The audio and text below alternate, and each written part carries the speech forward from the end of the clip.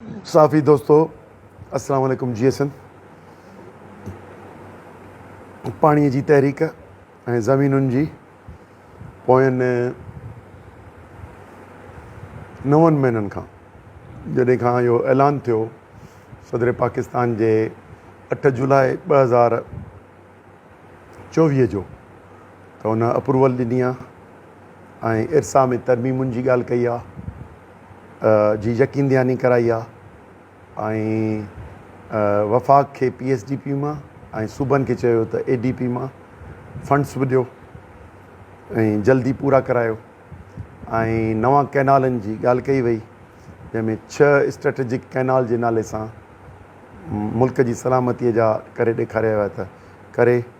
ऐं 6 कैनाल ॾेखारिया विया ऐं उन ते कॉर्पोरेट फार्मिंग जे नाले में ग्रीन पाकिस्तान इनिशिएटिव जो प्रोग्राम आंदो वियो SIFC मां,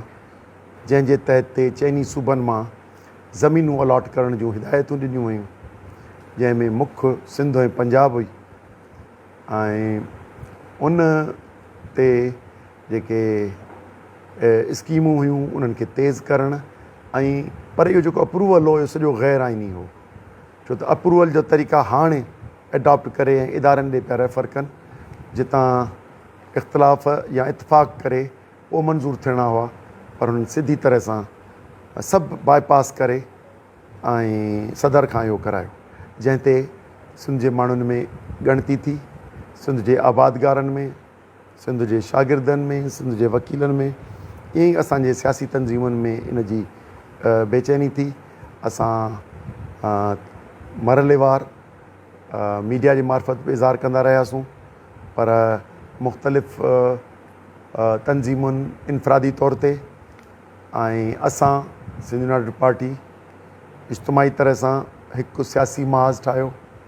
जंहिंखे सिंधु दरिया बचायो तहरीक, जंहिंमें काफ़ी जमायतूं शामिलु थियूं।